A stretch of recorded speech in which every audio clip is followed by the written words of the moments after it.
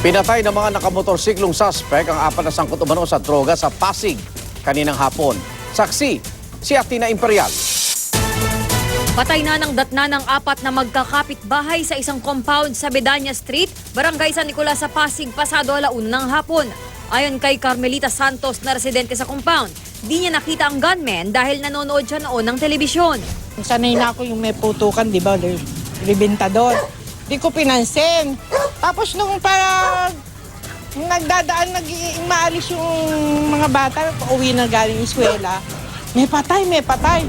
Sa investigasyon ng Pasig Police, 6 na naka-face mask na suspect sakay ng 4 na motorsiklo ang nakitang pumasok sa compound.